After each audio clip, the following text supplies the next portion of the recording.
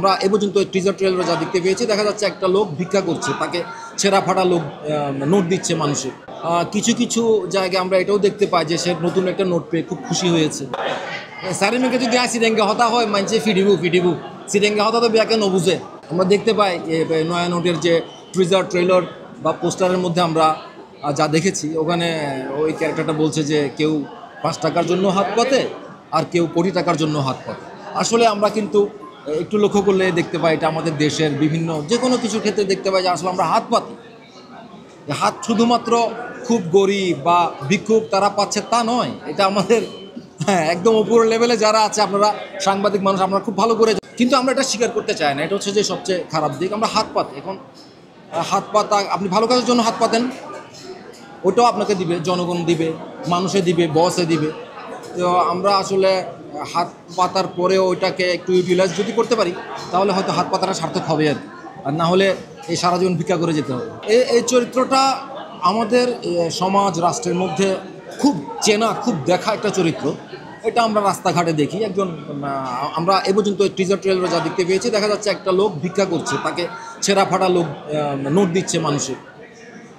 এবং কিছু কিছু জায়গায় আমরা এটাও দেখতে পাই যে সে নতুন একটা নোট পেয়ে খুব খুশি হয়েছে, এবং এটার নামই হচ্ছে নয়া নোট। তো সব কিছু মিলে সমাজের একদম নিম্ন স্তরে বাস করা একটা মানুষ, এই মানুষটার জার্নিটা আমরা এখানে দেখতে পাবো। তো এই জার্নিটা এমন নয় যে খুবই অবাস্তব একটা জায়গা থেকে, এটা খুবই বাস্তব। এটা নিয়ে আগে অনেক ধরনের গবেষণা হয়েছে, আপনারা আজকের স্ক্রিনিংয়ে হয়তো তখন দেখতে পাবেন না।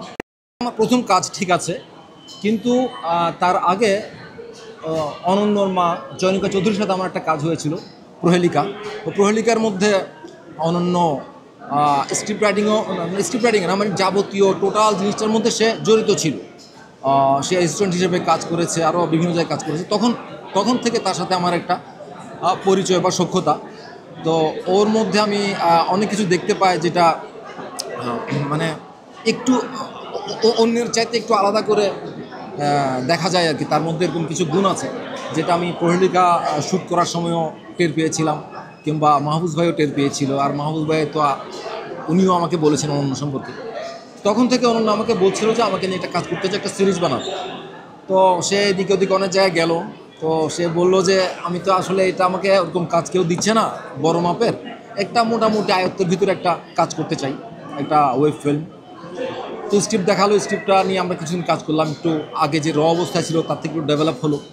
তারপরে এটা আমরা গত বছর শেষের দিকে করলাম, নভেম্বরে মনে হয়।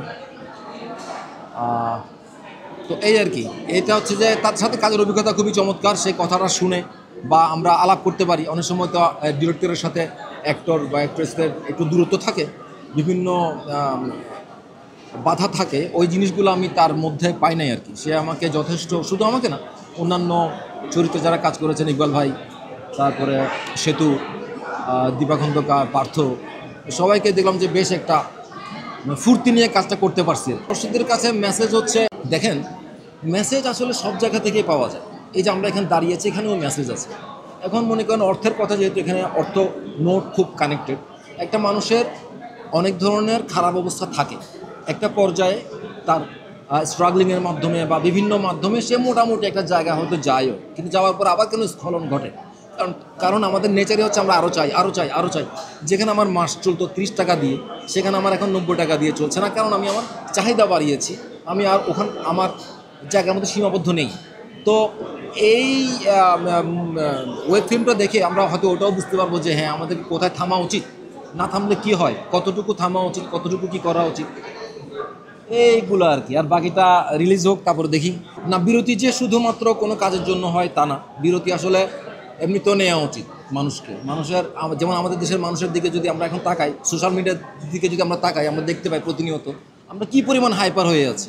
আমরা কেউ স্থির না, অস্থির হয়ে আছি। তাহলে আমাদেরও বিরতি দরকার। সুতরাং বিরতি সব জায়গায়, শুধু কাজের ক্ষেত্রে নয়, নিজের কাজের ক্ষেত্রে নাইলে আমরা ফাঁক পেলে কেন বনে জঙ্গলে চলে যাই, কেন পিকনিক করতে চলে যাই, নিজেকে রিল্যাক্স করার জন্য যাই। তো আমার তো বয়স হচ্ছে, একটু রিল্যাক্সের দরকার আছে, ওই জন্য কিছু বিরতি, সংসার ধর্মের সাথে বা স্ত্রী কন্যা পুত্রের সাথে একটু সময় দিই, এই কারণে বিরতি। আর আমি মানে প্রতিনিয়ত কাজ করা হয়ে ওঠে না, করে উঠতে পারি না, এটা আমার লিমিটেশন। ওই জন্য কিছু বিরতি। স্বাভাবিকভাবে অবশ্যই একটা ভালো লাগার জায়গা আমার অ্যালেন স্বপনের সাথে আছে শিহাব শাহিনের মাধ্যমে। কারণ অ্যালেন স্বপনকে তো আমি চিনি না, অ্যালেন স্বপনকে আমাকে চিনিয়েছে শিহাব শাহিন তার প্রথম ওয়েব সিরিজ সিন্ডিকেটের মাধ্যমে। মানে অ্যালেন স্বপনকে প্রথম দেখা যায় সিন্ডিকেটে, তারপরে আমরা ওখান থেকে অ্যালেন স্বপন 1 পাই, 2 পাই, আর 3 বা পরবর্তী পর্বের কথা আমি জানি না, এটা ডিরেক্টর বা স্ক্রিপ্ট রাইটার বা যারা চরকি ওনারা ভালো বলতে পারবেন। অ্যালেন স্বপনের সাথে আমার খুব ভালো লাগে, অ্যালেন স্বপনকে আমার খুব ভালো লাগে। আমি এমনিতে অ্যালেন স্বপনকে দেখি, তার রিলসও দেখি, এই আর কি। সারিমেকে যদি সিডেঙ্গে হতা হয় মানছে ফিডিবু সিডেঙ্গে হতা তো বিয়াকে নবুঝে।